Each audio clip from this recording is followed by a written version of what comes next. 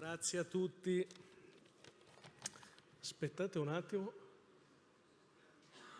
Si vede?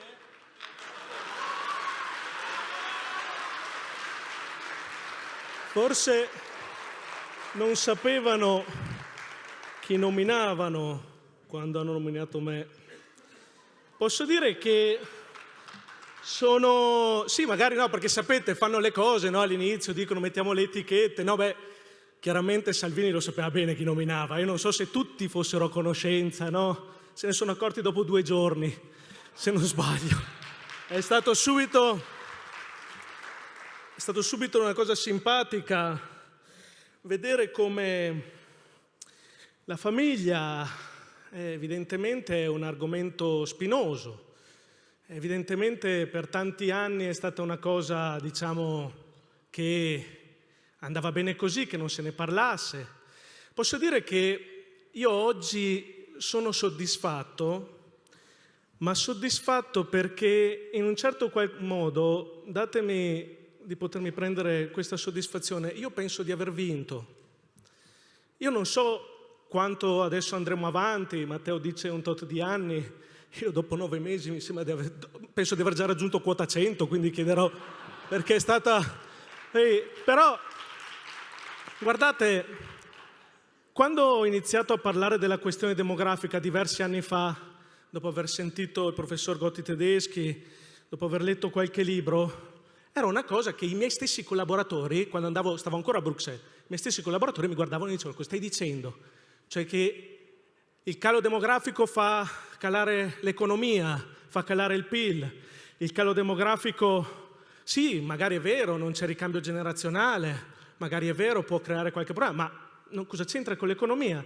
Vedere che oggi 2 movimenti politici che assieme sono quasi il 40% del paese dicono chiaramente che bisogna fare, da questo palco tra l'altro, dicono chiaramente che bisogna fare di più per aiutare le famiglie, per fare in modo di contrastare il calo demografico. Ma vi dirò di più, l'ha detto anche, fra le tante cose che ha detto in questo mese, l'ha detto anche l'altro vice premier, Luigi Di Maio. Ha detto, e lo riprendo perché sapete io voglio essere preciso perché altrimenti poi uno si sbaglia: ho il dovere nei prossimi mesi di aiutare le famiglie che fanno i figli anche con strumenti come coefficiente familiare. Bene, bene Luigi, sono contento, abbiamo vinto. Abbiamo vinto perché è esattamente quello che voglio, è esattamente quello che vogliamo qui, aiutare le famiglie ad avere dei figli e a non sentirsi più discriminate.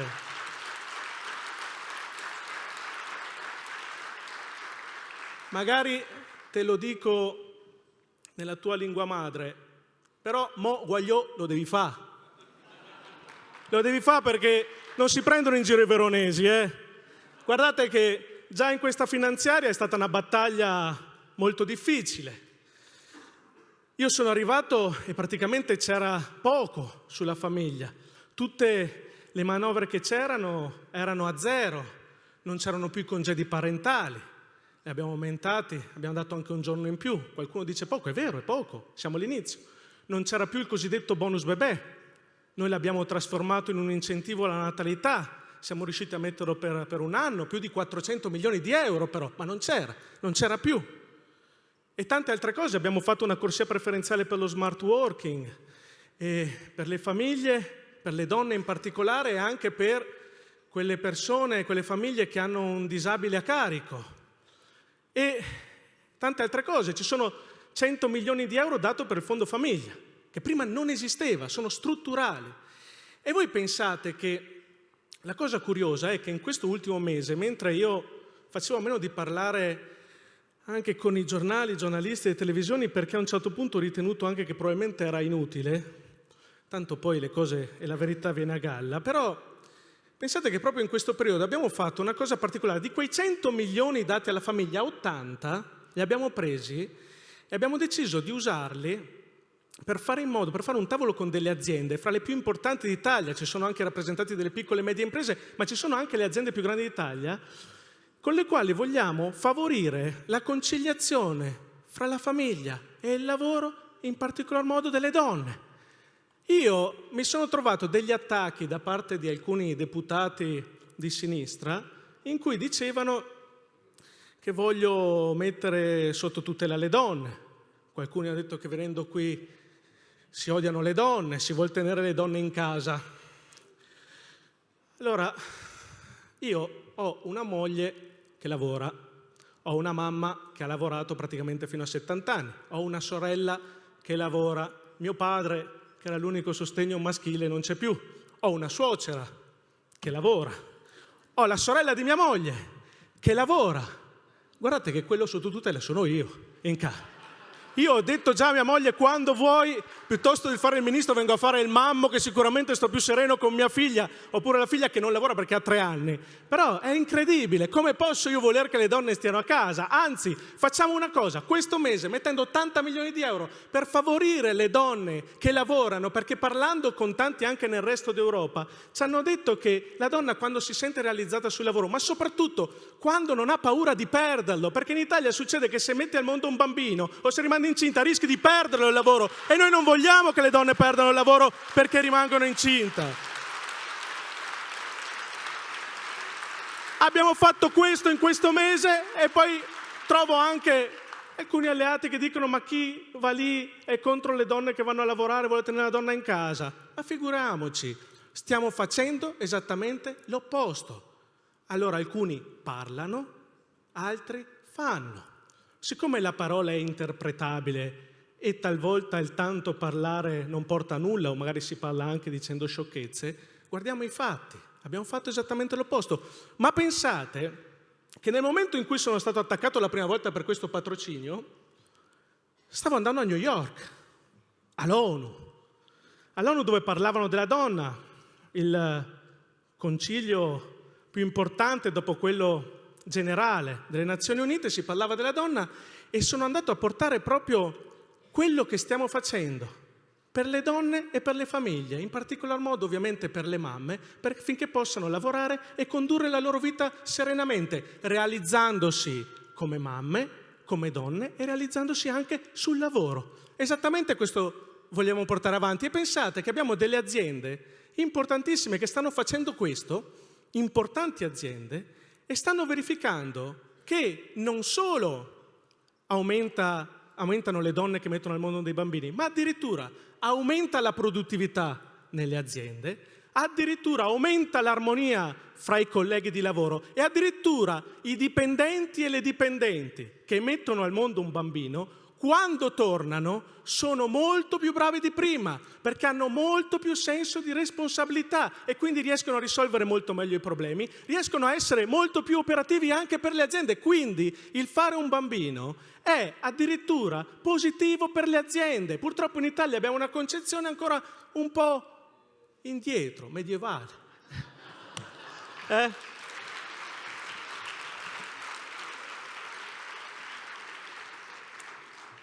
E se mi permettete, io però vorrei parlare anche dell'altra parte del mio ministero. Vi sto dicendo alcune cose che abbiamo fatto, altre cose, ma me le ha già dette Salvini, che vogliamo fare. Gli asili nido gratuiti sono una battaglia che vogliamo assolutamente fare. Vogliamo fare un assegno di maternità per fare in modo che quell'incentivo alla natalità che abbiamo fatto quest'anno possa essere prorogato per molti più anni. E poi vogliamo ovviamente cercare di fare in modo di coniugare la famiglia e il lavoro. E quindi stiamo preparando un codice della natalità in cui stiamo cercando di mettere tutte queste normative e che mi auguro vengano approvate nel più breve tempo possibile. Ma vorrei anche parlare di chi a volte non ha voce e che però in questi mesi mi hanno dato una grande soddisfazione. Una soddisfazione di cui voi non avete idea, forse la parte più bella del lavoro che abbiamo fatto in questi mesi. E parlo di tutte quelle volte che sono andato a trovare le associazioni che lavorano con i ragazzi che hanno delle disabilità. Penso per esempio al Don Orione a Roma. Ci sarà anche qualcuno che parlerà in questa sala che ha un ragazzo lì, lo ringrazio per essere qui. Ed è stato sicuramente educativo. Penso all'Abeo di Verona,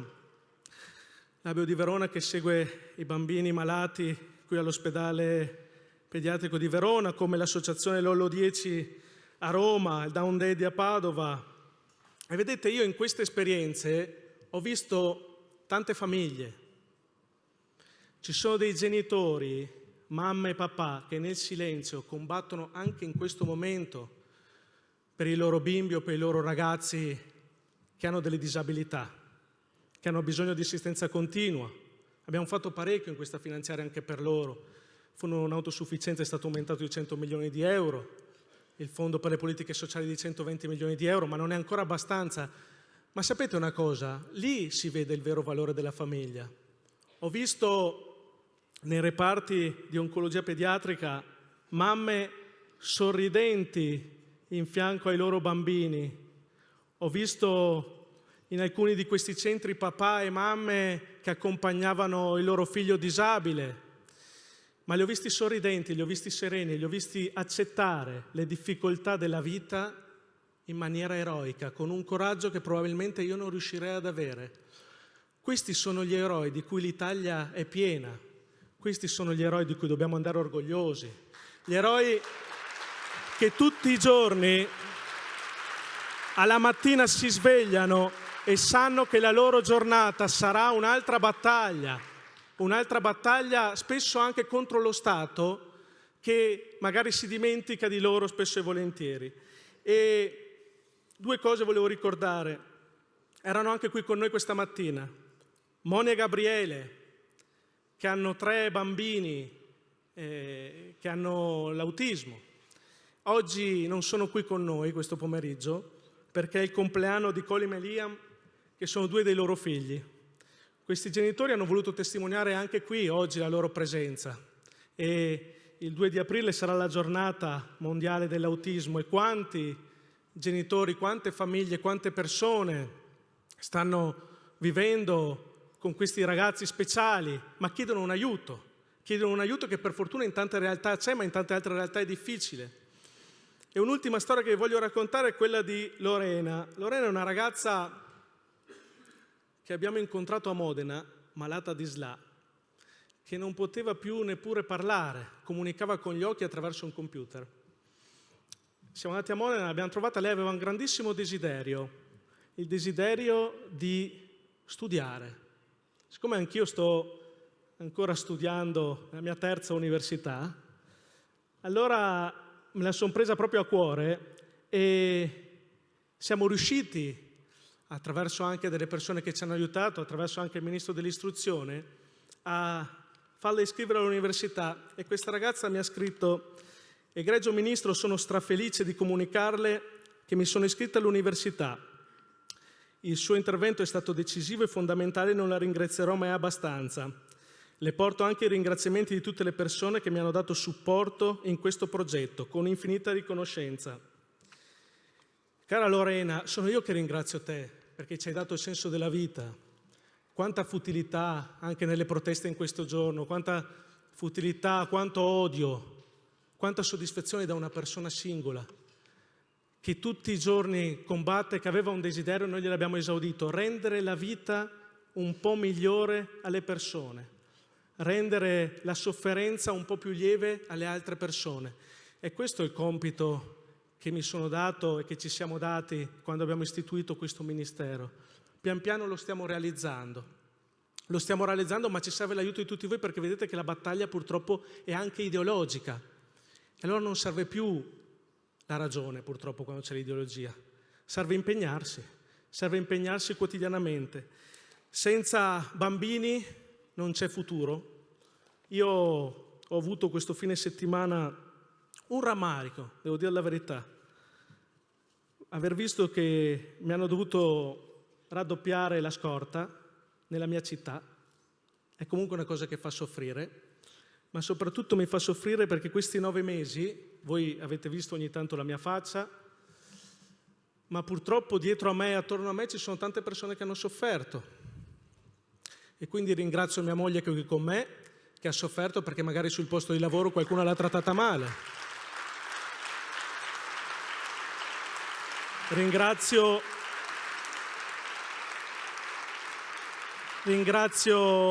la mia famiglia che mi è stata vicina, ringrazio i miei parenti, che qualcuno si è preso delle offese perché è parente del Ministro della Famiglia.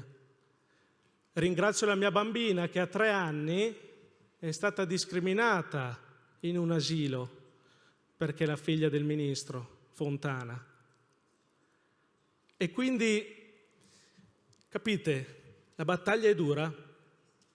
E ringrazio, se mi permettete, come ultimo Matteo Salvini, perché so che è difficile avere un ministro come il sottoscritto, ma oggi mi ha regalato molto, perché sapete le pressioni, io ne ho subite tante in questo mese, in questi 9 mesi direi, ma in questo mese in particolar modo, ma vedere un leader politico che non ha paura e che soprattutto sa scegliere se sono più importanti i dati elettorali o le cose giuste. Avere un politico, in particolar modo nell'area identitaria, di centrodestra, che sceglie prima le cose giuste e poi se portano voti bene, altrimenti pazienza, è un grande pregio ed è un grande privilegio che sicuramente io ho e penso anche tanti di voi avete, di avere una persona di questo tipo. Vi assicuro che non si molla, si va avanti, almeno finché me lo concedono, perché abbiamo una cosa che è più importante di qualsiasi posizione sociale, posizione elettorale o posizione di privilegio, eccetera. Abbiamo il dovere di non aver paura di dirci cristiani, di dirci padri e di dirci madri. Non dobbiamo aver paura e dobbiamo avere la forza di consegnare ai nostri figli i valori che ci hanno tramandato i nostri nonni e i nostri genitori. Abbiamo il dovere e non dobbiamo aver paura di cambiare non solo l'Italia ma anche l'Europa. Grazie mille a tutti voi per il coraggio.